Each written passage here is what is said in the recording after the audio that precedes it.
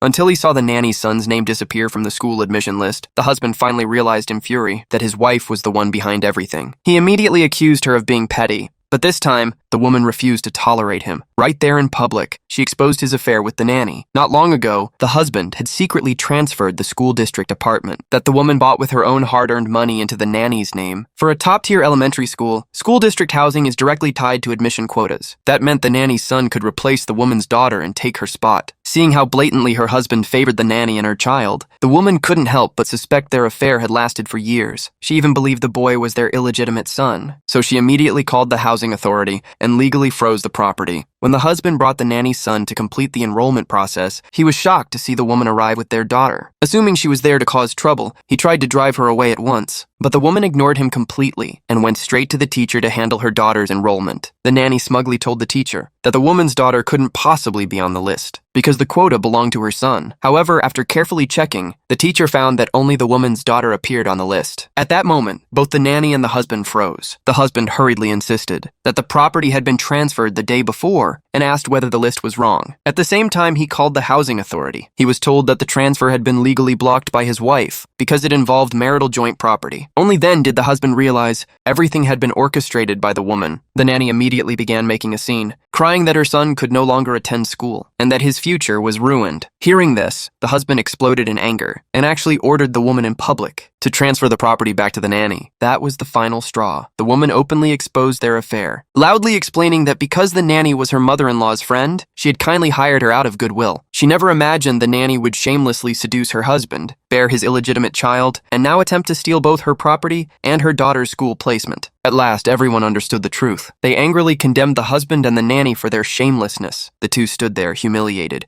unable to offer a single excuse, and fled in disgrace. The woman completed her daughter's enrollment on the spot, but when she returned home that evening, her mother-in-law deliberately stirred up trouble and blamed her instead. The woman didn't bother arguing. She slapped the nanny across the face and ordered her to leave the house immediately with her son. The husband and mother-in-law erupted in rage, yelling at her and asking if she had gone insane, but the woman didn't give them a chance to scold her. She calmly demanded a divorce. Those words instantly silenced them both, because for years they had lived off her income and couldn't afford to lose their source of money. The husband quickly tried to placate her, claiming she had misunderstood his relationship with the nanny. But the woman was exhausted and no longer wanted to argue. She quietly turned away and entered the nanny's room, collecting hair samples from the nanny and her son for a paternity test. Seeing her silence, the husband and mother-in-law assumed she had backed down again like before. The next day, urged on by the nanny, they stormed into the woman's company, making a huge scene and demanding money to send the illegitimate child to another elite school.